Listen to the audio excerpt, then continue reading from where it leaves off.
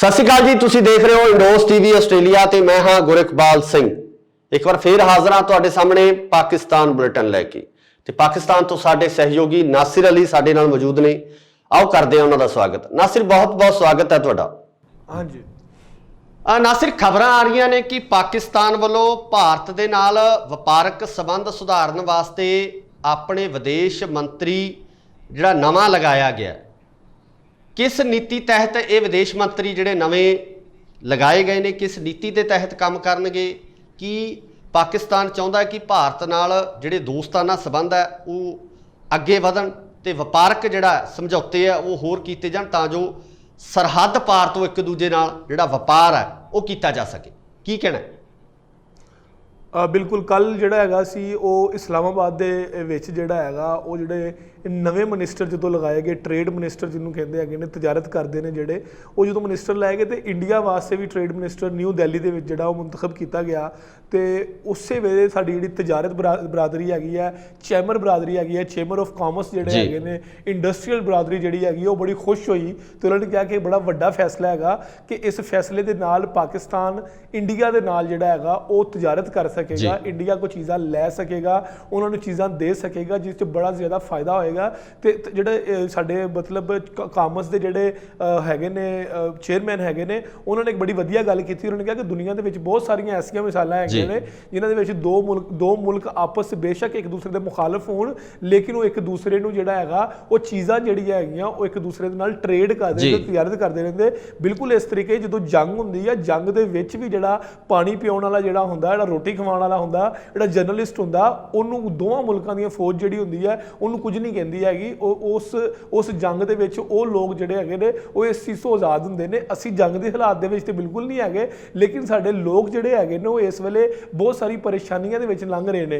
मतलब तुसीं बड़े अच्छे तरीके नाल जानदे हो कि साडे इत्थे एक पिंक साल्ट बनदा हैगा, ये साडे इत्थे एक नमक बनदा हैगा बड़ा खियोड़ा माइन दे विच, इत्थे खियोड़ा माइन हैगी, उत्थे वो नमक साडे इत्थे 1 रुपए किलो हैगा, रुपये किलो हैगा, जबकि इंडिया दे विच वो नमक बड़ा महंगा है। बिल्कुल बिल्कुल, जिन्होंने सेंधा नमक भी कहा जाता, सेंधे नमक की बहुत ज़्यादा डिमांड है ते ये डिमांड जिहड़ी डॉक्टरां वालों रिकमेंड भी किया जाता कि सेंधा नमक खाधा जाए। आम लोग भी इहनूं बहुत खुशी नाल परचेज करते खरीदते हैं। अगर पाकिस्तान तो आउंदा है तो इहदी जिहड़ी इंपॉर्टेंस है, इहदी क्वालिटी है जिहड़ी होर भी अच्छी हो जाती है। जी सर तुसी देखो ना, पिंक साल्ट जिहड़ा इत्थे बनदा हैगा सानू इत्थे कंज्यूमर तक जिहड़ा रुपये किलो मिल रहा हैगा, साडे तक इट्स मीन है कि वो रुपये नालों भी थल्ले आ, वो कुछ पैसिਆਂ ਦਾ किलो हैगा, केजी हैगा। अगर ਉਹੀ नमक नाल साडे बार्डर लगदा ਅਸੀਂ चुक के तुहानूं फड़ा दईए तो वो कितना फायदा होएगा कि तुहाडी आवाम तक भी वो नमक अगर 5 रुपए किलो या 10 रुपए किलो तक भी पहुँचता है तो वो वैल एंड गुड है, तुहाडी आवाम भी खुश है, साडा भी वो नमक है विक रहा। लेकिन हुंदा की है कि वही पिंक साल्ट जिहड़ा हैगा इत्थों पैक होकर दुबई जाता है, दुबईओ वाया जिहड़ा हैगा बंबई आंदा, बंबईओ जिहड़ा हैगा फिर तुहाडे कोल। मतलब असीं सरहद दे राही वपार नहीं कर रहे, असीं दूजे देशां नूं भेज के तीजे देश तो चीज़ खरीद रहे हैं। चाहे भारत कोई चीज़ दुबई नूं दिंदा ते दुबई पाकिस्तान नूं दिंदा ते विचों तीजा मुल्क है जिहड़ा वो कमाई करदा पिया। ਉਹਨੇ कुछ प्रोड्यूस भी नहीं किया, ना उन्हें लिया ना उन्हें प्रोड्यूस किया, बस उतों दी हो के लंघिया वा तैनूं फायदा। यही साडे मुल्कां दी त्रासदी है, यही साडे मुल्कां दी त्रासदी है। सरकारां नूं इस चीज़ बारे सोचना चाहिए। लोग बिल्कुल समझ चुके हैं कि जंग दे विचों कुछ नहीं मिलना, लड़ाई दे विचों कुछ नहीं मिलना, ते ना ही असीं हुण तक जिहड़ियां जंगां लड़ियां उन्हां दे विचों कुछ कढिया। सगों मावां दे पुੱਤ शहीद होए है, चाहे वह पाकिस्तान दे विच होए होण चाहे भारत दे विच होए होण, पर वपार होना जरूरी है। सरहद तो एक दूजे नूं लैण देण होना जरूरी है। मैनूं लगदा कि वड्डी पहल कदमी होवेगी पाकिस्तान दी अगर इस तरह की ट्रेड की शुरुआत करने वास्ते भारत नूं कहा जाता है। सर बिल्कुल इंज ही है। 2021 ਦੇ ਵਿੱਚ ਵਜ਼ੀਰ ਆਜ਼ਮ इमरान खान की हुकूमत ने चीनी ते कपास जिहड़ी हैगी सी वो इंडिया कोलों लैनी सी, लेकिन सियासी दबाव आया। सियासी दबाव उही जिहड़ी सो कॉल्ड जिहड़ी तुहाडी नैशनलिज्म हुंदी हैगी, तुसीं उहनूं कहा कि नहीं जनाब असीं नहीं लैना, साडे नाल इंडिया दे नाल ताल्लुकात नहीं ठीक हैगे, भी तुहाडे ताल्लुकात नहीं ठीक हैगे, साडे लोकां नूं अगर फायदा हो रहा, सानूं आम बंदे नूं अगर फायदा हो रहा तो होना चाहिए हैगा। मतलब मैं दी मिसाल दिंदा, देखो जी इहदी मिसाल इस तरह है कि पाकिस्तान के पासपोर्ट के उपर लिखिया हैगा कि this is not valid in Israel, ठीक है।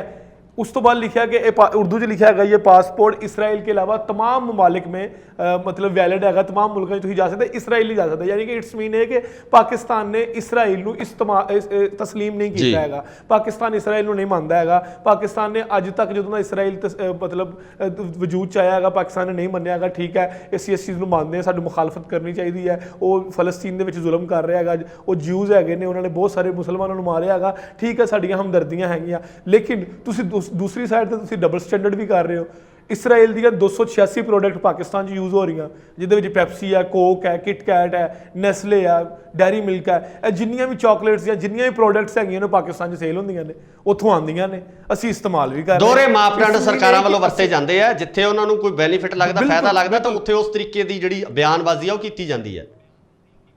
ਇਸ ਤਰ੍ਹਾਂ ਹੀ ਹੈ ਕਿ ਮਤਲਬ ਤੁਸੀਂ ਆਵਾਮ ਨੂੰ ਟਰੱਕ ਦੀ ਬੱਤੀ ਦੇ ਪਿੱਛੇ ਲਾਇਆ ਹੈਗਾ ਕਿ ਉਹ ਜਨਾਬ ਉਹ ਕੰਟਰੀ ਜ਼ੁਲਮ ਕਰ ਰਹੀ, ਫਲਸਤੀਨ ਤੇ ਅਸਰ ਕਰ ਰਹੀ, ਨੋ ਡਾਊਟ ਕਰ ਰਹੀ ਹੈ। ਦੂਸਰੀ ਤਰਫ ਤੁਸੀਂ ਉਹਨਾਂ ਨਾਲ ਟ੍ਰੇਡ ਵੀ ਕਰੀ ਜਾ ਰਹੇ ਹੋ, ਤੁਸੀਂ ਉਹਨਾਂ ਕੋਲ ਚੀਜ਼ਾਂ ਵੀ ਲਈ ਜਾ ਰਹੇ ਹੋ। ਉਹ ਜਦ ਕਿ ਇੰਡੀਆ ਦੇ ਨਾਲ, ਇੰਡੀਆ ਜਿਹੜਾ ਸਾਡੇ ਬਿਲਕੁਲ ਨਾਲ ਬੈਠਾ ਹੈਗਾ, ਵਾਘਾ ਬਾਰਡਰ ਸਾਡੇ ਨਾਲ ਲੱਗਦਾ ਹੈਗਾ, ਅਗਰ ਅਸੀਂ ਚੁੱਕ ਕੇ ਚੀਜ਼ ਤੁਹਾਨੂੰ ਫੜਾ ਦਈਏ ਤੇ ਕੀ ਲੱਗੇਗਾ? ਬਿਲਕੁਲ ਬਿਲਕੁਲ। ਕਿੰਨੀ ਟਰਾਂਸਪੋਰਟੇਸ਼ਨ ਲੱਗੇਗੀ, ਕਿੰਨਾ ਹਵਾਈ ਜਹਾਜ਼ ਦਾ ਖਰਚਾ ਆਏਗਾ? ਕੁਝ ਵੀ ਨਹੀਂ ਆਏਗਾ। ਇਹ 'ਚ ਹੋਏਗਾ ਕਿ ਨਾ ਕੋਈ ਟੈਕਸ ਲੱਗ ਰਿਹਾ, ਕੁਝ ਨਹੀਂ ਲੱਗ ਰਿਹਾ ਹੈਗਾ, ਸਿਰਫ ਇੱਕ ਫਰੈਂਡਲੀ ਬਾਰਡਰ ਹੈਗਾ। ਬਾਰਡਰ ਜਿਹੜਾ ਉਹ ਫਰੈਂਡਲੀ ਬਾਰਡਰ ਜਿਹੜਾ ਹੈਗਾ, ਜਦੋਂ ਕ੍ਰਾਸ ਹੋ ਕੇ ਚੀਜ਼ ਉਧਰ ਜਾ ਰਹੀ ਹੈ, ਉਧਰੋਂ ਆ ਰਹੀ ਹੈ। ਜਿੱਦਾਂ ਹੁਣ ਤੁਹਾਡੇ ਮਿਰਚ ਹੈਗੀ ਬੜੀ ਅੱਛੀ ਪੈਦਾ ਹੁੰਦੀ ਹੈਗੀ, ਸੁਰਖ ਮਿਰਚ ਜਿਹੜੀ ਹੈਗੀ ਹੈ ਤੁਹਾਡੇ, ਉਹ ਜਿਹੜੀ ਬੜੀ ਅੱਛੀ ਪੈਦਾ, ਮਸਾਲੇ ਬੜੇ ਅੱਛੇ ਪੈਦਾ ਹੁੰਦੇ ਹੈਗੇ। ਸਾਡੇ ਹਾਂ ਇੱਥੇ ਇਹ ਚੀਜ਼ ਨਹੀਂ ਹੈਗੀ। ਜਦੋਂ ਦੋਨੋਂ ਮੁਲਕਾਂ ਨੂੰ ਜਿਹੜੀ ਚੀਜ਼ ਸਾਡੇ ਕੋਲ ਬਣ ਰਹੀ ਹੈ, ਇੱਕ ਅੱਛੀ ਚੀਜ਼ ਸਾਡੇ ਕੋਲ ਵਾਫਰ ਮਿਕਦਾਰ 'ਚ ਮੌਜੂਦ ਹੈਗੀ ਹੈ, ਉਹ ਅਸੀਂ ਤੁਹਾਨੂੰ ਦੇ ਰਹੇ ਹਾਂ। ਤੁਹਾਡੇ ਕੋਲ ਇੱਕ ਅੱਛੀ ਚੀਜ਼ ਅਸੀਂ ਲੈ ਰਹੇ ਹਾਂ, ਦੋਨਾਂ ਮੁਲਕਾਂ ਨੂੰ ਫਾਇਦਾ ਹੋ ਰਿਹਾ, ਸਾਨੂੰ ਵੀ ਫਾਇਦਾ ਹੋ ਰਿਹਾ, ਤੁਹਾਨੂੰ ਵੀ ਫਾਇਦਾ ਹੋ ਰਿਹਾ। ਤੇ ਹੋਣਾ ਚਾਹੀਦਾ, ਇੱਕ ਬੜਾ ਅੱਛਾ ਕਦਮ ਹੈਗਾ ਨਵੀਂ ਗਵਰਨਮੈਂਟ ਦਾ, ਇਹਨੂੰ ਐਪਰੀਸ਼ੀਏਟ ਕਰਨਾ ਚਾਹੀਦਾ ਹੈਗਾ ਕਿ ਜਿਹੜਾ ਹੈਗਾ ਅੱਲਾ ਕਰੇ ਕਿ ਇਹ ਜਿਹੜੀ ਗਵਰਨਮੈਂਟ ਹੈਗੀ ਆ ਇਹਦੇ ਉੱਪਰ ਸੰਜੀਦਗੀ ਨਾਲ ਸੋਚੇ, ਇਹਨੂੰ ਫਸਟ ਬੁਨਿਆਦ ਤੇ ਸੋਚੇ, ਕਿਉਂਕਿ ਇਸ ਤਰ੍ਹਾਂ ਅਗਰ ਮਨੀ ਸਰਕੂਲੇਸ਼ਨ ਹੋਏਗੀ, ਮਤਲਬ ਇਹਦੀ ਇੱਕ ਸਭ ਤੋਂ ਵੱਡੀ ਗੱਲ ਆ ਨਾਸਿਰ ਕਿ ਸਾਡੇ ਕਿਸਾਨਾਂ ਦੀ ਜੂਨ ਸੁਧਰੇਗੀ, ਸਾਡੇ ਉਹਨਾਂ ਮਜ਼ਦੂਰਾਂ ਦੀ ਜੂਨ ਸੁਧਰੇਗੀ ਜਿਨ੍ਹਾਂ ਨੂੰ ਵੱਧ ਤੋਂ ਵੱਧ ਕੰਮ ਮਿਲੇਗਾ, ਉਹਨਾਂ ਨੂੰ ਰੁਜ਼ਗਾਰ ਮਿਲੇਗਾ, ਤੇ ਰੁਜ਼ਗਾਰ ਮਿਲਣ ਨਾਲ ਉਹਨਾਂ ਘਰਾਂ ਦੇ ਚੁੱਲ੍ਹੇ ਵੀ ਜਲਣਗੇ ਜਿਨ੍ਹਾਂ ਘਰਾਂ ਦੇ ਵਿੱਚ ਚੁੱਲ੍ਹਿਆਂ ਦੇ ਵਿੱਚ ਜਿਹੜੀ ਇਸ ਸਮੇਂ ਨਮੋਸ਼ੀ ਛਾਈ ਹੋਈ ਹੈ ਰੁਜ਼ਗਾਰ ਨਾ ਹੋਣ ਕਾਰਨ। ਗੁਰੇਕਪਾਲ ਭਾਜੀ, ਮੈਂ ਤੁਹਾਨੂੰ ਇਹਦੀ ਇੱਕ ਹੋਰ ਮਿਸਾਲ ਦਿੰਦਾਂਗਾ, ਬੜੀ ਸਿੰਪਲ ਤੇ ਬੜੀ ਸਾਦਾ ਮਿਸਾਲ ਹੈ, ਸ਼ਾਇਦ ਸਾਡੇ ਲੋਕਾਂ ਨੂੰ ਨਾ ਪਤਾ ਹੋਵੇ। ਤੁਸੀਂ ਤਜਾਰਤ ਦੀ ਗੱਲ ਕਰ ਰਹੇ ਹੋ ਨਾ, ਸਿਰਫ ਲਾਂਘਾ ਖੁੱਲ੍ਹਾ ਹੈ, ਕਰਤਾਰਪੁਰ ਲਾਂਘਾ। ਮੈਂ ਉਹਦੀ ਕਵਰੇਜ ਕਰਦਾ ਰਿਹਾ ਹੈਗਾ, ਮੈਂ ਜਾਂਦਾ ਰਿਹਾ ਹੈਗਾ ਲਾਂਘੇ ਦੀ ਕਵਰੇਜ ਕਰਨ, ਕਰਤਾਰਪੁਰ ਵੀ, ਤੇ ਉਸ ਤੋਂ ਬਾਅਦ ਨਨਕਾਣਾ ਸਾਹਿਬ ਵੀ। ਹੁਣ ਨਨਕਾਣਾ ਸਾਹਿਬ ਤਕਰੀਬਨ ਇਹ ਜਿਹੜੀ ਵਿਸਾਖੀ ਲੰਘ ਕੇ ਗਈ ਆ, ਇਸ ਵਿਸਾਖੀ 3 ਤੋਂ 4 ਹਜ਼ਾਰ ਇੰਡੀਅਨ ਆਏ ਹੋਏ ਸੀ। ਠੀਕ ਹੈ, ਉਹ 3 ਤੋਂ 4 ਹਜ਼ਾਰ ਇੰਡੀਅਨ ਆਏ ਨੇ। ਉਸ ਤੋਂ ਬਾਅਦ ਮੇਲੇ ਤੇ ਜਦੋਂ ਨਨਕਾਣਾ ਸਾਹਿਬ ਗੁਰਪੁਰਬ ਹੁੰਦਾ ਹੈਗਾ, ਉਦੋਂ ਤਕਰੀਬਨ 10 ਤੋਂ 15 ਹਜ਼ਾਰ ਇੰਡੀਅਨ ਆਉਂਦੇ ਹੈਗੇ ਨੇ। ਗੁਰਪੁਰਬ ਤੇ ਮੈਂ ਦੇਖਿਆ ਹੈਗਾ ਕਿ ਉਹਦੇ 10 ਤੋਂ 15 ਹਜ਼ਾਰ ਇੰਡੀਅਨ ਆਉਂਦੇ ਹੈਗੇ ਨਾ, ਉਹ ਸਿਰਫ ਗੁਰਪੁਰਬ ਆ ਕੇ ਮੱਥਾ ਟੇਕ ਕੇ ਨਹੀਂ ਜਾਂਦੇ ਹੈਗੇ, ਉਹ ਹੋਰ ਵੀ ਕੰਮ ਕਰਦੇ ਨੇ, ਉਹ ਇਸ ਮੁਲਕ 'ਚ ਫਿਰਦੇ ਵੀ ਹੈਗੇ ਨੇ, ਉਹ ਚੀਜ਼ਾਂ ਵੀ ਖਰੀਦਦੇ ਹੈਗੇ ਨੇ। ਇੱਕ ਛੋਟਾ ਬੱਚਾ ਜਿਹੜਾ ਛੱਲੀ ਵੇਚਦਾ ਪਿਆ ਵਾ, ਛੱਲੀ ਦੇ ਦਾਣੇ ਵੇਚਦਾ ਪਿਆ ਵਾ ਇੱਕ ਪਲੇਟ 'ਚ ਰੱਖ ਕੇ, ਉਹ ਬੱਚਾ ਵੀ ਉਸ ਦਿਨ 1000 ਰੁਪਏ ਦੀ ਦਿਹਾੜੀ ਲਾਉਂਦਾ ਵਾ। ਕਿਉਂ? ਉਹ 1000 ਰੁਪਏ ਦੀ ਦਿਹਾੜੀ ਲਾਉਂਦਾ, ਉਹ ਇੰਡੀਅਨ ਕਰੰਸੀ ਜਿਹੜੀ ਹੈਗੀ ਉਹ ਪਾਕਿਸਤਾਨ 'ਚ ਆ ਰਹੀ ਹੈਗੀ, ਸਾਨੂੰ ਫਾਇਦਾ ਹੋ ਰਿਹਾ ਹੈਗਾ। ਇੱਕ ਲਾਂਘਾ ਖੁੱਲਣ ਨਾਲ 10 ਤੋਂ 12 ਹਜ਼ਾਰ ਇੰਡੀਅਨ ਜਿਹੜਾ ਇੱਥੇ ਆਉਂਦਾ, ਸਿੱਖ ਜਿਹੜਾ ਇੱਥੇ ਆਉਂਦਾ, ਉੱਥੇ ਪੈਸੇ ਖਰਚ ਕੇ ਜਾਂਦਾ ਹੈਗਾ। ਜਦੋਂ ਉੱਥੇ ਪੈਸੇ ਖਰਚ ਕੇ ਆਉਂਦਾ, ਸਾਡੀ ਇਕਨੋਮੀ ਠੀਕ ਹੁੰਦੀ ਹੈਗੀ ਹੈ, ਸਾਡੀ ਮੈਸ਼ੀਅਤ ਠੀਕ ਹੁੰਦੀ ਹੈਗੀ ਹੈ। ਤੇ ਫਿਰ ਅਸੀਂ ਕਿਉਂ ਨਹੀਂ ਇਸ ਚੀਜ਼ ਨੂੰ ਸੰਜੀਦਗੀ ਨਾਲ ਸੋਚਦੇ ਕਿ ਇੱਕ ਗੁਰਪੁਰਬ, ਇੱਕ ਮਜ਼ਹਬੀ ਮੇਲੇ ਦੇ ਉੱਤੇ, ਅਗਰ ਤੁਸੀਂ ਇੰਨਾ ਅੱਛਾ ਇੱਕ ਹੈਂਡਸਮ ਅਮਾਊਂਟ, ਇੱਕ ਆਮ ਆਦਮੀ ਜਿਹਨੇ ਉੱਥੇ ਚਾਹ ਲਾਈ ਆ ਉਹਦੀ ਚਾਹ ਵਿਕ ਰਹੀ, ਜਿਹਨੇ ਉੱਥੇ ਨਾਸ਼ਤਾ ਲਾਇਆ ਨਨਕਾਣਾ ਸਾਹਿਬ ਦੇ ਬਾਹਰ ਉਹਦਾ ਨਾਸ਼ਤਾ ਵਿਕ ਰਿਹਾ, ਜਿਹੜਾ ਉੱਥੇ ਕੱਪੜਾ ਵੇਚ ਰਿਹਾ ਉਹਦਾ ਕੱਪੜਾ ਵਿਕ ਰਿਹਾ, ਜਿਹੜਾ ਜੁੱਤੀ ਵੇਚ ਰਿਹਾ ਉਹਦੀ ਜੁੱਤੀ ਵਿਕ ਰਹੀ ਹੈ। ਯਾਨੀ ਮੀਨ ਇਹ ਕਿ ਜਿੰਨੇ ਜਿਹੜੀ ਸ਼ੈ ਲਾਈ ਉਹਦੀ ਵਿਕ ਰਹੀ ਹੈ। ਤੇ ਜੇ ਅਗਰ ਇਹੀ ਵਪਾਰ ਵੱਡਾ ਹੋ ਜਾਂਦਾ ਤਾਂ ਦੋਨਾਂ ਮੁਲਕਾਂ ਨੂੰ ਬਹੁਤ ਵੱਡਾ ਫਾਇਦਾ ਹੋ ਸਕਦਾ, ਪਰ ਇਹ ਸਰਕਾਰਾਂ ਦੀਆਂ ਪਾਲਿਸੀਆਂ ਨੇ, ਸਰਕਾਰਾਂ ਨੂੰ ਸੋਚਣਾ ਪੈਣਾ। ਆਵਾਮ ਇਸ ਗੱਲ ਤੋਂ ਬਿਲਕੁਲ ਸਹਿਮਤ ਹੈ ਕਿ ਇਹ ਵਪਾਰ ਖੁੱਲ੍ਹਣੇ ਚਾਹੀਦੇ, ਵਪਾਰ ਹੋਣਾ ਚਾਹੀਦਾ। ਨਾਸਿਰ, ਅਗਲੀ ਖਬਰ ਵੱਲ ਵਧਦੇ ਹਾਂ, ਅਗਲੀ ਖਬਰ ਵੱਲ ਰੁਖ ਕਰਦੇ ਹਾਂ। TTP ਨਾਂ ਦਾ ਇੱਕ ਜਿਹੜਾ ਗਰੁੱਪ ਹੈ, ਉਸ ਦੇ ਨਾਲ ਪਾਕਿਸਤਾਨ ਦੀ ਮੌਜੂਦਾ ਸਰਕਾਰ ਹੈ ਜਿਹੜੀ ਇੱਕ ਸਮਝੌਤਾ ਕਰਨ ਜਾ ਰਹੀ ਹੈ। ਕੀ ਹੈ ਇਹ ਗਰੁੱਪ, ਕਿਸ ਤਰ੍ਹਾਂ ਦਾ ਇਹ ਗਰੁੱਪ ਹੈ, ਕਿਸ ਤਰ੍ਹਾਂ ਦੀਆਂ ਕਾਰਵਾਈਆਂ ਨੂੰ ਇਹ ਅੰਜਾਮ ਦਿੰਦਾ ਹੈ ਤੇ ਕਿਸ ਤਰ੍ਹਾਂ ਦਾ ਸਮਝੌਤਾ ਸਰਕਾਰ ਕਰ ਰਹੀ ਹੈ, ਜਾਣਕਾਰੀ ਦਿਓ।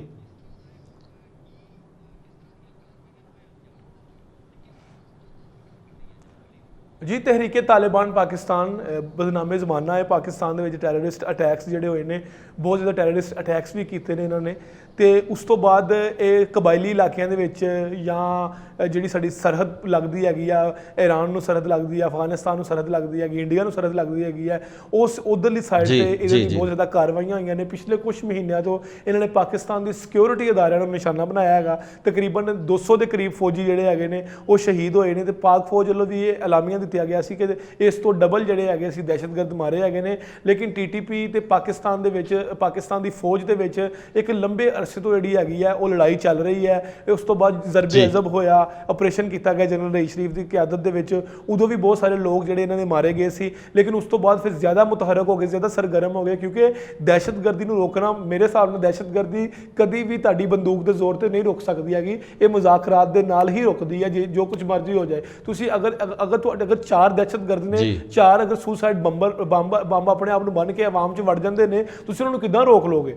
ਇਸ ਲਈ ਸਭ ਤੋਂ ਅੱਛੀ ਚੀਜ਼ ਜਿਹੜੀ ਹੈਗੀ ਉਹ ਗੱਲਬਾਤ ਨੇ। ਇਸ ਤਰ੍ਹਾਂ ਦੀ ਜਿੰਨੀਆਂ ਵੀ ਟੈਰਰਿਸਟ ਤਨਜ਼ੀਮਾਂ ਹੈਗੀਆਂ, ਅਗਰ ਉਹਨਾਂ ਦੇ ਨਾਲ ਗੱਲਬਾਤ ਕਰਕੇ ਪਾਕਿਸਤਾਨ ਦੇ ਵਿੱਚ ਜਾਂ ਇੰਡੀਆ ਦੇ ਵਿੱਚ ਜਾਂ ਕਿਸੇ ਵੀ ਮੁਲਕ ਦੇ ਵਿੱਚ ਅਮਨ ਕਾਇਮ ਹੋ ਸਕਦਾ ਤੇ ਉਹ ਬੜੀ ਵਧੀਆ ਗੱਲ ਹੈਗੀ ਹੈ। TTP ਦੀ ਹਾਂਜੀ ਹੁਣ ਤਹਿਰੀਕੇ ਤਾਲਿਬਾਨ ਪਾਕਿਸਤਾਨ ਜਿਹੜੀ ਹੈਗੀ ਹੈ ਉਹਦੇ ਨਾਲ ਮੁਜ਼ਾਕਰਾ ਜਿਹੜੇ ਹੈਗੇ ਨੇ ਉਹ ਗਵਰਨਮੈਂਟ ਜਿਹੜੀ ਉਹ ਕਰਨ ਜਾ ਰਹੀ ਹੈ। ਤੇ ਉਹ TTP ਗਵਰਨਮੈਂਟ ਨੇ ਆਪਣੇ ਵੱਲੋਂ ਯਾਨੀ ਕਿ ਉਹ ਜਿਹੜੇ ਤਾਲਿਬਾਨ ਵਾਸਤੇ ਉਹ ਤਹਿਰੀਕੇ ਤਾਲਿਬਾਨ, ਕਿਉਂਕਿ ਉਹ ਤਾਲਿਬਾਨ ਜਿਰਗਾ ਨੂੰ ਜ਼ਿਆਦਾ ਮੰਨਦੇ ਹੈਗੇ। ਜਿਰਗਾ ਮੈਂ ਤੁਹਾਨੂੰ ਇਨ ਸੈਂਸ ਸਮਝਾ ਦਿੰਦਾ ਹੈਗਾ ਤੁਹਾਨੂੰ। ਇੱਕ ਸਾਡੇ ਇੱਥੇ ਇੱਕ ਵਰਡ ਵੀ ਹੈਗਾ, ਇੱਕ ਰਸਮ ਹੈਗੀ ਹੈ ਜਿਰਗਾ ਜਿਹੜੀ ਹੈ, ਇੱਕ ਕਾਨੂੰਨ ਹੈਗਾ ਹੈ। ਉਸ ਤਰ੍ਹਾਂ ਹੁੰਦਾ ਕਿ ਜਦੋਂ ਕਿਸੇ ਕਬਾਇਲੀ ਇਲਾਕੇ ਦੇ ਵਿੱਚ ਜਾਂ ਕਿਸੇ ਵੀ ਐਸੇ ਇਲਾਕੇ ਦੇ ਵਿੱਚ ਜਿੱਥੇ ਪੁਲਿਸ ਨਹੀਂ ਜਾਂਦੀ, ਜਿੱਥੇ ਫੌਜ ਨਹੀਂ ਜਾਂਦੀ ਹੈਗੀ, ਉਸ ਇਲਾਕੇ ਜਦੋਂ ਕੋਈ ਮਸਲਾ ਹੋ ਜਾਏ, ਕੋਈ ਕਤਲ ਹੋ ਜਾਏ, ਕੋਈ ਚੋਰੀ ਹੋ ਜਾਏ, ਕੁਝ ਵੀ ਹੋ ਜਾਏ, ਤੇ ਉਸ ਇਲਾਕੇ ਦੇ ਵੱਡੇ ਬੈਠਦੇ ਨੇ ਤੇ ਬੈਠ ਕੇ ਤੇ ਫਿਰ ਫੈਸਲਾ ਕਰਦੇ ਨੇ ਕਿ ਇਸ ਮੁਜਰਮ ਨੂੰ ਇਹ ਸਜ਼ਾ ਦਿੱਤੀ ਜਾਵੇ ਜਾਂ ਇੰਝ ਕੀਤਾ ਜਾਵੇ। ਉਹ ਬੜਾ ਮੋਤਬਰ ਮੰਨਿਆ ਜਾਂਦਾ ਹੈਗਾ। ਉਹਨਾਂ ਪਿੰਡਾਂ ਦੇ ਵਿੱਚ, ਉਹਨਾਂ ਇਲਾਕਿਆਂ ਦੇ ਵਿੱਚ ਨਾ ਪੁਲਿਸ ਜਾਂਦੀ ਹੈਗੀ ਹੈ ਨਾ ਫੌਜ ਜਾਂਦੀ। ਉਹ ਜਿਰਗੇ ਦੀ ਵਜ੍ਹਾ ਤੋਂ ਉਸ ਇਲਾਕੇ ਦੇ ਵਿੱਚ ਅਮਨ ਕਾਇਮ ਰਹਿੰਦਾ ਹੈਗਾ, ਪੀਸ ਕਾਇਮ ਰਹਿੰਦਾ ਹੈਗਾ। ਤੇ ਉਹ ਜਿਹੜਾ ਜਿਰਗਾ ਹੈ ਕ੍ਰੀਏਟ ਕੀਤਾ ਗਿਆ ਪਾਕਿਸਤਾਨ ਦੀ ਗਵਰਨਮੈਂਟ ਵੱਲੋਂ, ਇਹ ਮਹਿਸੂਦ ਕਬਾਇਲ ਦਾ ਜਿਰਗਾ, ਉਹ ਅਫਗਾਨਿਸਤਾਨ ਪਹੁੰਚ ਗਿਆ, ਕਿਉਂਕਿ TTP ਦੀਆਂ ਜਿਹੜੀਆਂ ਵੀ ਜੜ੍ਹਾਂ ਹੈਗੀਆਂ ਉਹ ਅਫਗਾਨਿਸਤਾਨ ਦੇ ਨਾਲ ਜੁੜਦੀਆਂ ਹੈਗੀਆਂ ਨੇ। ਉਹ ਅਫਗਾਨਿਸਤਾਨ ਪਹੁੰਚ ਗਿਆ ਹੈ। ਅਫਗਾਨਿਸਤਾਨ ਪਹੁੰਚ ਕੇ ਉਹ TTP ਦੇ ਲੋਕਾਂ ਦੇ ਨਾਲ ਗੱਲ ਕਰ ਰਿਹਾ ਹੈ, ਗੱਲਬਾਤ ਕਰਕੇ ਤੇ ਉਹ ਇਸ ਮੁੱਦੇ ਤੇ ਲੈ ਕੇ ਆ ਰਹੇ ਕਿ ਅਸੀਂ ਇਸ ਮਜ਼ੀਦ ਜਿਹੜਾ ਖੂਨ ਖਰਾਬਾ ਹੈਗਾ ਨੂੰ ਰੋਕਿਆ ਜਾਵੇ। ਜਿਹੜੇ ਤੁਹਾਡੇ ਮੁਤਾਲਬਾਤ ਨੇ, ਜਿਸ ਵਜ੍ਹਾ ਤੋਂ ਤੁਸੀਂ ਇਹ ਕਰ ਰਹੇ ਹੋ, ਕੋਈ ਵਜ੍ਹਾ ਵੀ ਤਾਂ ਹੁੰਦੀ ਹੈ ਨਾ ਟੈਰਰਿਸਟ ਕਰਨ ਦੀ ਜਾਂ ਅਟੈਕ ਕਰਨ ਦੀ, ਤੁਸੀਂ ਉਹ ਵਜ੍ਹਾ ਸਾਨੂੰ ਦੱਸੋ। ਅਗਰ ਉਸ ਵਜ੍ਹਾ ਨੂੰ ਅਸੀਂ ਹੱਲ ਕਰਦੇ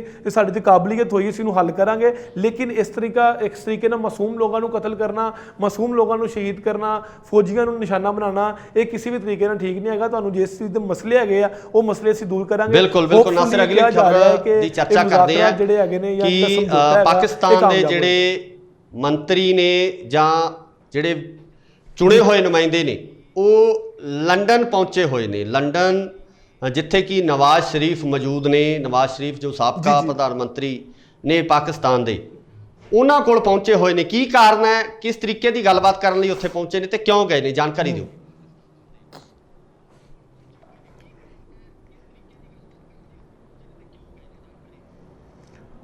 ਹਾਂਜੀ, ਪਾਕਿਸਤਾਨ ਮੁਸਲਿਮ ਲੀਗ ਨੂਨ ਜਿਹੜੀ ਹੈਗੀ ਹੈ, ਪਾਕਿਸਤਾਨ ਮੁਸਲਿਮ ਲੀਗ ਨਵਾਜ਼ ਜਿਹੜੀ ਹੈਗੀ ਹੈ, ਇਹ ਨਵਾਜ਼ ਸ਼ਰੀਫ ਦੇ ਨਾਲ ਹੀ ਹੈਗੀ ਹੈ।